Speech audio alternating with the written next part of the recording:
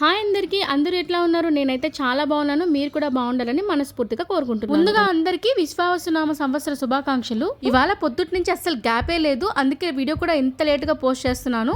ఇంత గ్యాప్ లేకుండా ఏం చేసేసావమ్మా అంటారేమో.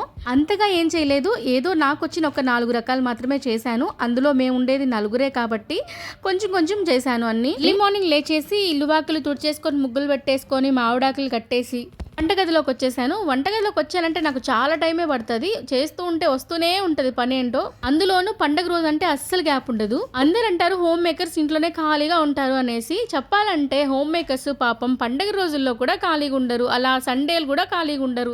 ఇంకా జాబ్ చేసే వాళ్ళే బెటర్ ఏమో, కాస్త సండేలు పండగ రోజుల్లో ఖాళీ వస్తుంది వాళ్ళకి ఉద్యోగాల నుంచి.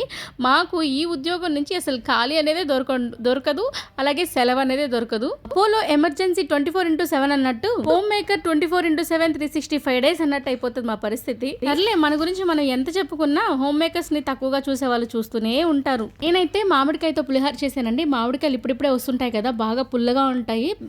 ఆ పులుపుని బ్యాలెన్స్ చేసుకుంటూ కొంచెం మిర్చీలు యాడ్ చేసుకొని పులిహోర అయితే చేశాను. చాలా టేస్టీగా వచ్చింది. నేను మామిడికాయతో చేసే పులిహోర రెసిపీ కూడా ఒక షార్ట్లో అప్లోడ్ చేశాను, ఖచ్చితంగా చూడండి. మాకైతే మామిడికాయ పులిహోర కానీ ఏ పులిహోర కానీ ఇంగువ అయితే మస్ట్ అండి. ఇంగువ ఉంటేనే తింటాం మేము.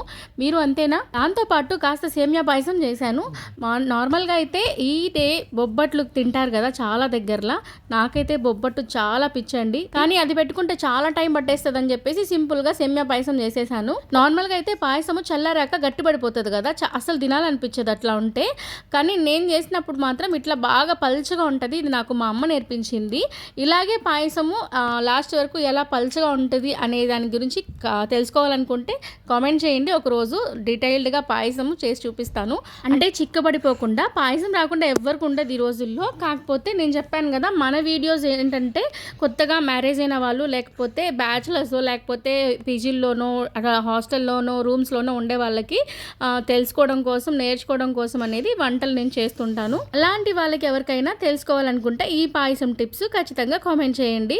తర్వాత కొన్ని వడలు కూడా వేశాను. అంటే పండగ రోజుల్లో ఎవరింటికి వెళ్ళకూడదు అంటారు, ఎందుకంటే వాళ్ళ ఇంట్లో అదే ఉంటుంది, మన ఇంట్లోనూ అదే ఉంటుంది. అంటే అందరూ ఒకటే రెసిపీస్ చేసుకుంటారు. ఖచ్చితంగా పులిహోర, వడ, పాయసం అయితే ఖచ్చితంగా చేసుకుంటారు. అంటే నాన్ వెజ్జెస్ చేసుకొని పండగలకి ఇవే చేసుకుంటారు ఎక్కువగా. ఇందులోని ఇవాళ యుగాది కాబట్టి దాంతోపాటు యుగాది పచ్చడి కూడా చేసేసాను. యుగాది పచ్చడి కోసం నేనైతే కొన్ని టిప్స్ అయితే ఫాలో అవుతాను. శాస్త్రంలో ఏముందో అవి మాత్రమే కలుపుతాను. ప్రసాదాలన్నీ రెడీ చేసి మా వారికి అయితే ఇచ్చాను. మా వారు పూజ చేసేసారు. నేను ఈలోపు పూజ అయిపోయిన తర్వాత కాసేపు అలా రెస్ట్ తీసుకొని భోజనాలు అయితే చేసేసాము. ఇవాళ అరిటాకుల్లో తింటే మంచిది కదా అని చెప్పేసి అరిటాకులు నేను జెప్టోలో ఆర్డర్ పెట్టించాను. 5 అరిటాకులు అంటే ఒక కట్ట 75 రూపీస్. అదే నెల్లూరులో అయితే ఒక 5 రూపాయలకి వచ్చేస్తుంది ఒక ఆకు. ఒక్కో ఆకు 15 రూపాయలు పడింది. ఇంకా తప్పదు కదా, ఒక్క రోజన్నా పండగ రోజన్నా అరిటాకులు తినాలని చెప్పేసి అరిటాకులు అయితే తెప్పించుకున్నాను. ఇంకా ప్రతి పండగకి అత్తమ్మోళ్ళు మాతోనే ఉంటారు కాబట్టి అమ్మ నాన్నలు పిలుస్తాను. అమ్మ టిఫిన్ షాప్ వల్ల బిజీగా ఉండి నాన్న మాత్రమే వచ్చేవాడు. అలా ప్రతి పండగకి నాన్న వచ్చి భోజనం చేసుకునే వెళ్ళేవాడు.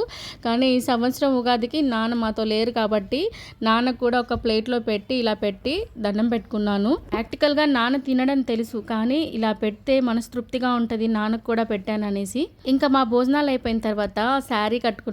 చాలా రోజుల తర్వాత శారీ కట్టుకొని నేను మా వారు అయితే కొన్ని ఫొటోస్ తీసుకున్నాము పిల్లలతో పాటు. ఈ శారీస్ తీసుకుంటాను, జ్యువెలరీస్ తీసుకుంటాను, కానీ అస్సలు వేసుకోను. అంటే ఇంట్రెస్ట్ ఉండదు పెద్దగా శారీ కట్టుకోవడానికి.